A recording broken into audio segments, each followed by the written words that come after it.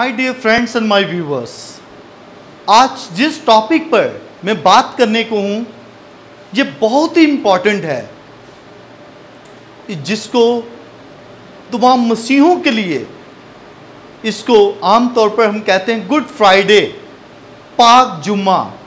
पाक जुम्मा ये मसीहों के लिए ये होली वीक में गुड फ्राइडे मनाया जाता है। और गुड फ्राइडे का मतलब यह है कि खुदावंद यीशु मसीह ने फतह पा ली, मौत पर फतह पाने के लिए उसने अपने आप को कुर्बानी के लिए, जो कि खुदावंद ने तमाम अंबिया ने जो कि पेशन गोइयाँ की थी, खुदा का जो एक राब्ता था, जो इस मकसद के लिए खुदावंद को भेजा अपने आप को कुर्बान करने के लिए, तमाम दुनिया के लिए अपने आप को कुर्बान करने के लिए, अपने खून बहाने के लिए उसने अपने आप को तैयार कर लिया। ये जो गुड फ्राइडे है ये कोई ऐसा दिन नहीं है कि तमाम दुनिया में जैसे कि आम कोई मर जाता है या कुछ भी उसके लिए जब हम अफसोस के लिए बैठते हैं या साल के बाद हम बैठते हैं, कोई ऐसा नहीं।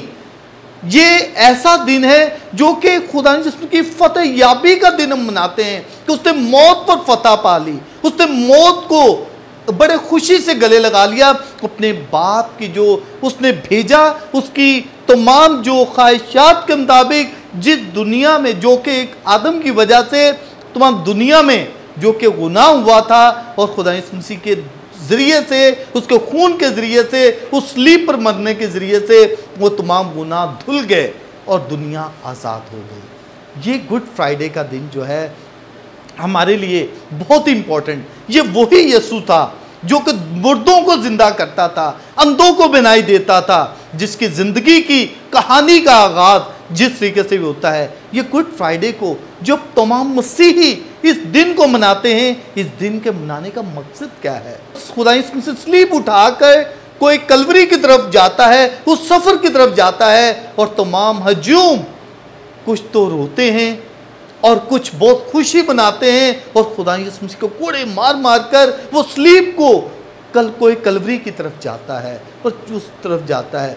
ये सलीब जो अजियत का निशान था, पहले रोमी जो थे, ये जो सियासी लोग होते थे उनको, या जो बहुत ही ज़्यादा हुकूमत के खिलाफ जो लोग काम करते थे उनको सलीब दिया जाता था। ये बहुत अजियत भरी ये मौत थी, लेकिन खुदा यीशु मसीह ने उस सलीब पर अपनी जान देकर दुनिया को मुक्ति बख्शी। मैं ये समझता हूँ कि मेरे लिए और आपके लिए ये क्या है, उस वक्त भी जब खुदा यीशु मसीह सलीब उठा कर लेकर जाता है और वहाँ पर एक शमौन करीनी जो कि हम आम तौर पर बात करते हैं, उसने उसको सहारा दिया। कितना वो हलीम शख्स था, कितना वो ऐसा शख्स था जिसने खुदा यीशु मसीह की मदद की, लेकिन खुदा यीशु मसीह हमेशा चलता जाता है। ये गुड फ्राइडे को 7 कलमात पर हम बातचीत करते हैं, 7 कलमात को हम देखते हैं, लेकिन खुदा यीशु मसीह हमेशा कोई कलवरी की तरफ जब जाता है, उसके पाँव खून से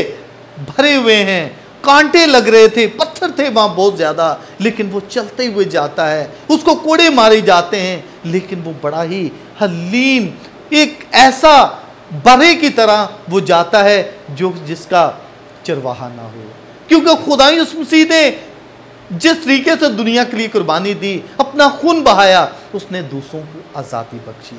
मैं समझता हूँ कि खुदा यीशु मसीह की वो कोई कलवरी पर, मैं ये समझता हूँ कि जो पाक सलीब पर जो हम उसकी ताज़ीम करते हैं, जो उसी सलीब के ज़रिए से लोगों को आज़ादी मिली, लोगों का तमाम दुनिया में आज़ादी मिल गई और उनके गुनाह माफ़ हो गए और उसने अपने खून के ज़रिए से हमें ख़रीद लिया और उसी खून के ज़रिए से हमें अपने आप को दे लिया।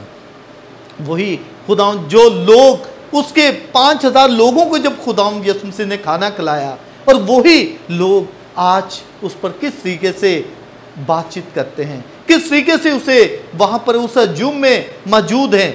लेकिन जब हम देखते हैं कि ये वही यीशु है जो कि 4 दिन के मुर्दे को जिंदा करता है, वही यहूदी, वही फकीर फरीसी हमेशा खुदा यीशु मसीह को पकड़वाने की कोशिश करते हैं। वही जब लाजर को जिंदा करने के लिए जाता है और जब मार्था मिलती है और मरियम मिलती है वो कहता है कि मेरा भाई मर गया। उसने कहा कि कहाँ पर है? वो कब्र में है, 4 दिन से है।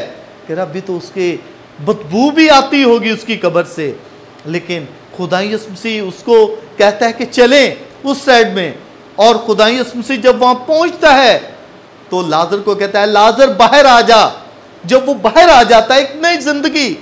तमाम फकीर फरीसी लोग परेशान हो जाते हैं, हैरान हो जाते हैं कि ये कैसा है, ये कौन सा नबी ऐसा है, कौन सा है जो कि मुर्दे को भी जिंदा करता है, वो तूफानों को रोक देता है, वो जो 48 बरस से जो अंधा शख्स था उसको बनाई देने वाला है। हर एक जिंदगी को जब हम बात करते हैं, ये वही शख्स है, वही जो कि हर एक काम करने वाला है, दुनिया को आज़ादी देने वाला है। मैं समझा गुड फ्राइडे 7 कलमात पर हम कहते हैं कि उसने जब जान भी अपनी कुर्बान की और उसने यही कहा ए बाप इनको माफ़ कर, क्योंकि ये नहीं जानते कि क्या करते हैं। और उसने कहा मैं प्यासा हूँ। और जब मसलूब होने को था उसने सर झुका कर जान दी, और उससे पहले उसने कहा तमाम हुआ। उसको अपनी माँ को सुपुर्द किया, क्योंकि जब वो स्लीप पर था और उसने अपनी माँ का ख्याल किया, और अपने शागिर्द को कहता है देख ये तेरी माँ और देख ये तेरा बेटा।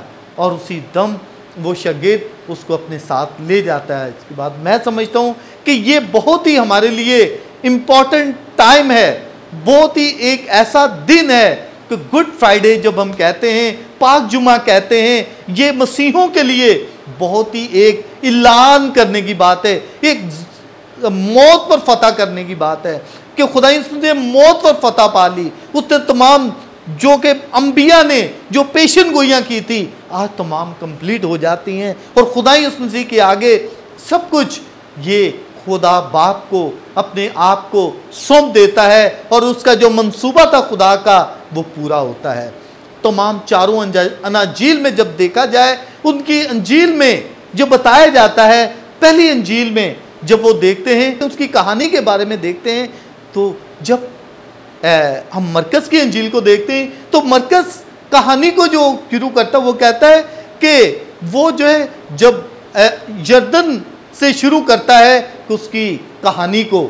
जब मत्ती को हम देखते हैं तो मत्ती कहता है कि ये तो इब्राहिम से शुरू होती कहानी। जब इब्राहिम से वो शुरू करता है बाइबल को, लूका कहता है कि ये कहानी जो है इसकी तो आदम से शुरू होती है, लेकिन यूहन्ना जो है, यूहन्ना रसूल जो है वो कहता है ना वो यरदन से, ना वो इब्राहिम से, ना वो आदम से, बल्कि वो तो दुनिया से ही शुरू से है, उसी से कहानियां शुरू होती हैं। वो कहता है खुदा कलमा था और कलमा मुजस्सम हुआ और वही कलमा था, और उसी से कहानी शुरू होती है। और मैं समझता हूँ मसीही लोगों के लिए ये चारों अनाजील में जो उसकी कहानी तरतीबवार जो बताई गई है, सब ने अपने अपने ख्यालात को, जो उनकी स्पिरिचुअलिटी थी, उनका जो उन्होंने जो बयान किया, बहुत ही आंदा है। हमें चाहिए कि इनकी अनाजील को अच्छे तरीके से पढ़ें, ना सिर्फ पढ़ें बल्कि उसकी स्पिरिचुअलिटी को जानें, उसकी रूहानियत को जानें कि उसकी रूहानियत क्या है, हमें गुड फ्राइडे क्या कहता है। हमें अफसोस नहीं करना बल्कि उसकी ताज़ीम करनी है। क्रॉस, हम आम क्रॉस देखते हैं, ये बहुत सारे लोग फैशन के लिए भी इस्तेमाल करते हैं। रोमी हुकूमत इस पर सजा देते थे। ये 3 किस्म का क्रॉस होता था।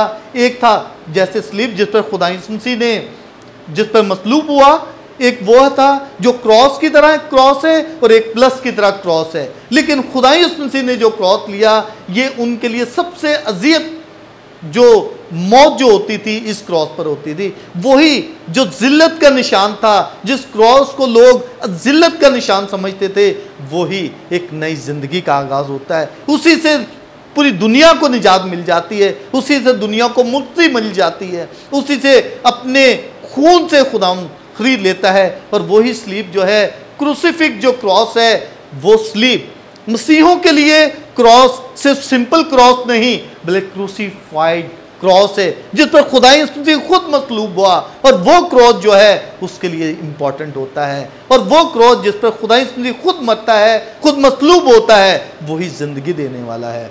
आम दूसरे हम फैशन के लिए भी यूज़ करते हैं, दूसरे भी यूज़ करते हैं, लेकिन वो सबसे इम्पॉर्टेंट है जो हमारी ज़िंदगी में इम्पॉर्टेंट होता है। तो खुदावंद ने उस पर गौर व फिक्र करने की ज़रूरत है कि खुदा यीशु मसीह ने अपने खून से मुझे ख़रीद लिया और मुझे ज़िंदगी बख्शी, और यही ज़िंदगी जो है मुझे आज़ादी बख्शती है, और इसी आज़ादी को मैं, इसी ज़िंदगी को जो उसने मुझे अपने खून से ख़रीद लिया, मुझे उसके लिए कुछ ना कुछ करने की ज़रूरत है। मुझे अपनी ज़िंदगी को उसके लिए देने की ज़रूरत है, उसके कलाम के मुताबिक अपनी ज़िंदगी को देने की ज़रूरत है, ताकि मैं एक अच्छे इंसान की तरह बन सकूं, और एक अच्छा इंसान बनते हुए, एक अच्छा मसीह बनते हुए दूसरों को राह दिखा सकूं और दूसरों को रिहाई बख्शूं, दूसरों को अच्छे तरीके से काम कर सकूं। Okay my dear friend, thank you so much, God bless you.